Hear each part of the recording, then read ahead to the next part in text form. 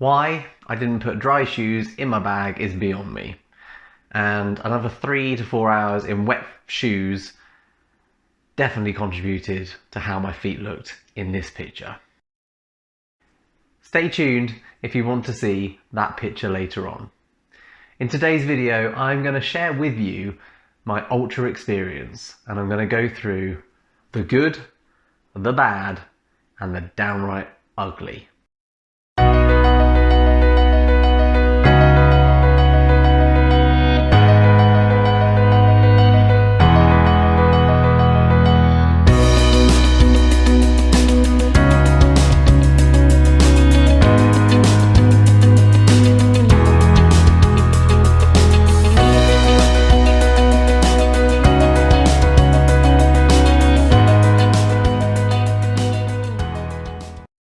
Okay, so let's start with the easy stuff. Let's start with the good stuff. I've got 3 really good things that I want to share about my experience of this race.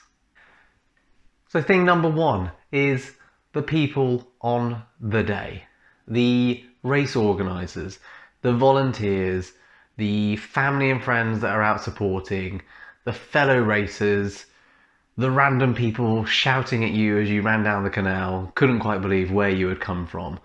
Every single person that contributed to the day itself made it an amazing occasion. Just check out some of these clips from the day itself.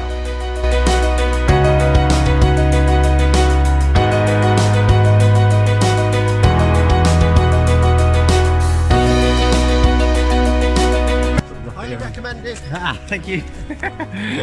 Say it again.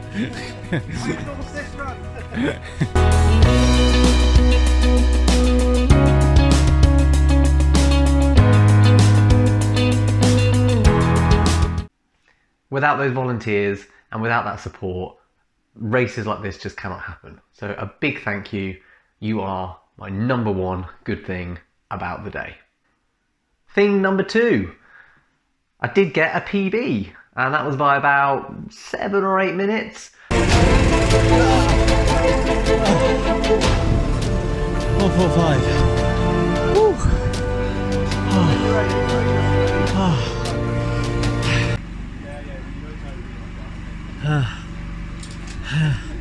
I did think I had a little bit more in me. I do think I could do a little bit better, and I am eager to go back and give it another go and just see if I can get well under the 8-hour mark. And thing number 3 is the course. I absolutely love this route. I don't know what it is about it. I think it's the 2 halves to it, which just mentally for me does make it a lot easier.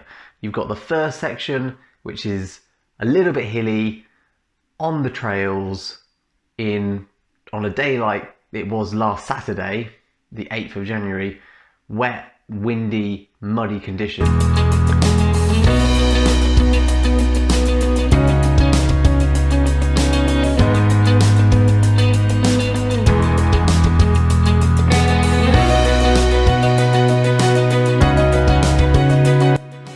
And then you hit the canal path, and that just is a different type of run itself.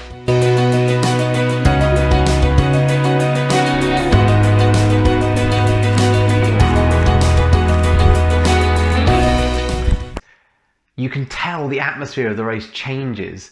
It's quite jovial and quite collegiate when you're on the trails. Everyone's kind of pulling together, mucking in a little bit, giving each other that support. And then as soon as you hit that canal path, something switches. It just changes into a very blinkered, every person for themselves, just focusing on getting to the next stage station, getting to the next stage station, ticking off the kilometers.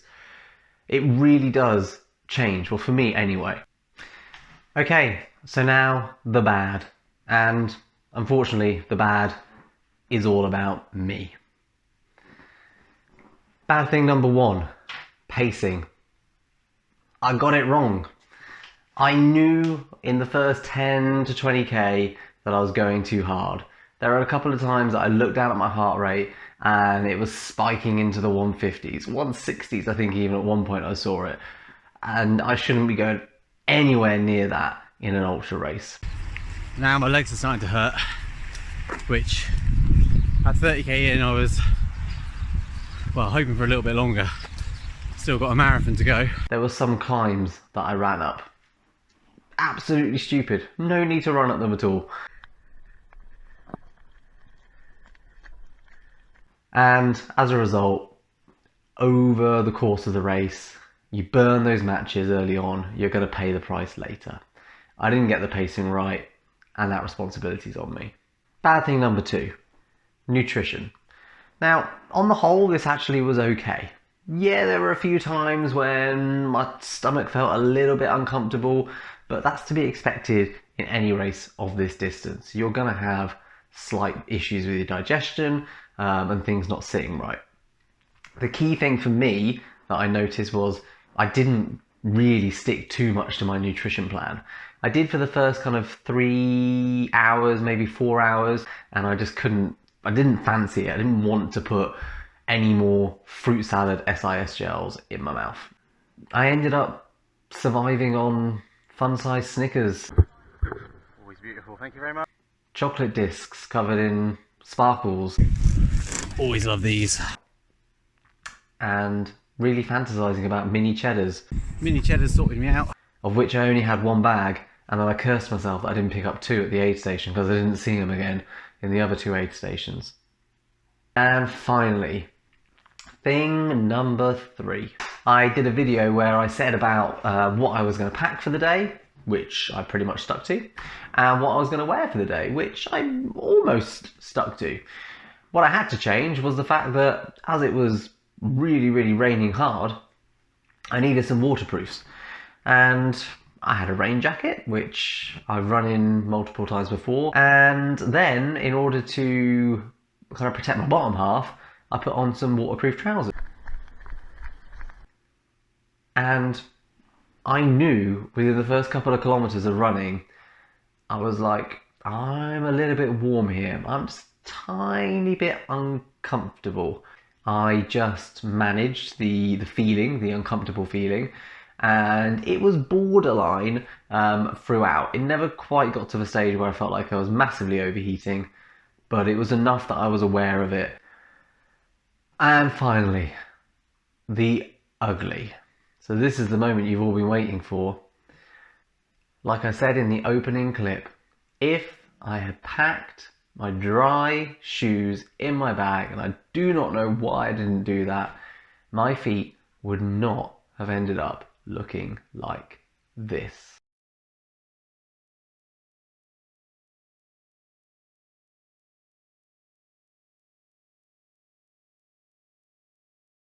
So I wore the Hoga Torrent 2s for the race, which I had run in quite a number of times before. On fairly longish trails, sort of 20 to 30k trail runs, so I think they're up for the job. Swelling, the wet from the puddles and the rain and the mud that we were running in, and it just started to feel very, very tight around my feet.